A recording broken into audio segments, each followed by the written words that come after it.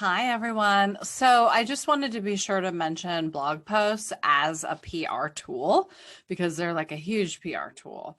In fact, they can not only take the place of a press release.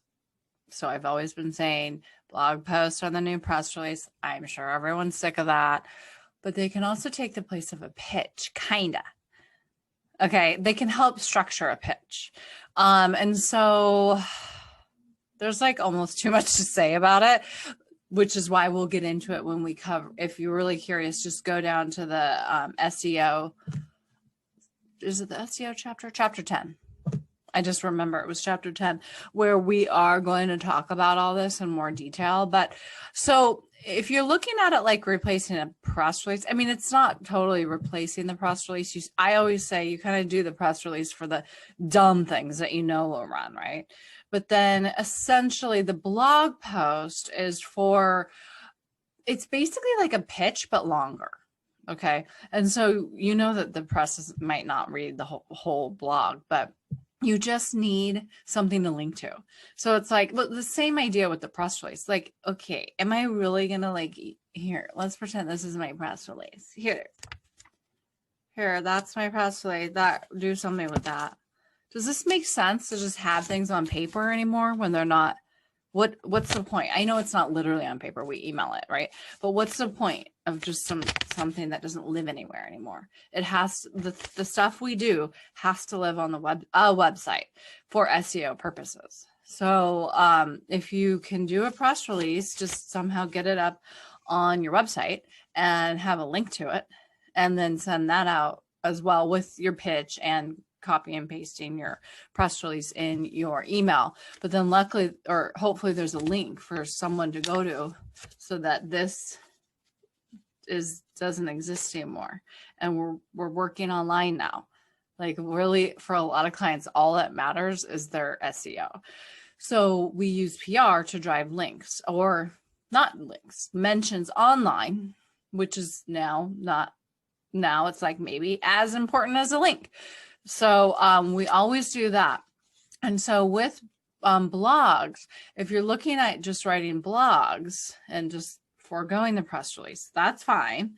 And what you want to make sure to do in the blog is to have it be newsworthy, impactful and just forget I said that. Okay, I mean, you could go back to learn what newsworthiness is. Just put stats and relevant trends in the blog post in kind of like a bullet point. So you kind of think of it like a pitch. You're just opening up with a couple of paragraphs or one, and then you're sectioning it out, and you've got relevant stats and numbers and percentages talking about something like X amount of people. I mean, I know when you think about numbers, you think about business PR possibly, but press loves numbers. So if you're thinking about health, X amount of people do this. X amount of people want to do this. So just throw some numbers in there and some bullet points. It looks like serious and not all about you. That's another thing. You don't want the blog post or anything, press release, anything to be all about you.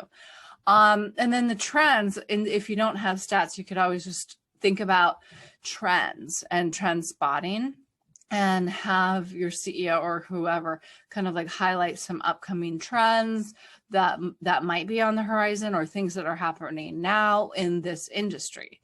And then you just send that out to the press. And in your pitch, you ask for 3 things in your pitch. Again, remember, pitches are kind of like proposals. Media pitches are kind of like proposals. You do your little pitch. You say, open it up with a couple lines of not BS, but this is what we have here. This is what's happening. And then direct them for more information. Maybe give them a little bit of enticement with a little bit of the goods, like some stats. And then close out by saying, if you think you're writing a story about this, link to this blog post.